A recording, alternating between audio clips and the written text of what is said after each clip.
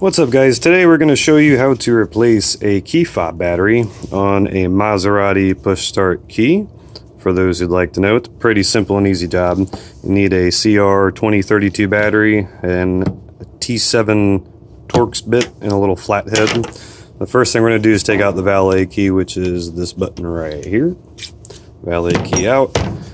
Right there is the screw to remove. They're usually not even tight, and you don't want to tighten them that much. They're really thin and probably really easy to break. So now once you have that out, you just kind of pull right here, and it's got this little hook comes out. Same thing on this side. And then on the sides, they have little slits here and here, and on the other side to open it. You just take the flathead and just turn it.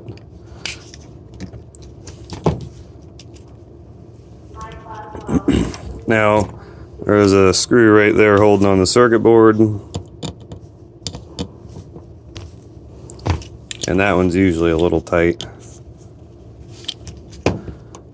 But still can do it by hand. Now we take the circuit board out here. There's our battery. Just get that old guy out, pop our new one in. Circuit board back on like so. Pop our little screw in here.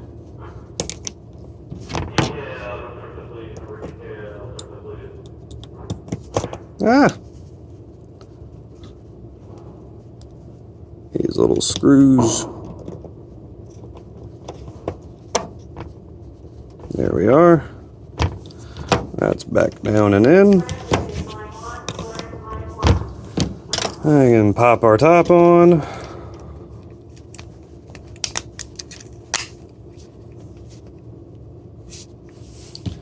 And then we will, you gotta do the big side first and just hook that in, slide that on. Then your other side, hook in, slide on, stick your long screw back in. Very carefully, just tighten it back up. Just tighten it back up to hand tight like it was before. Oops!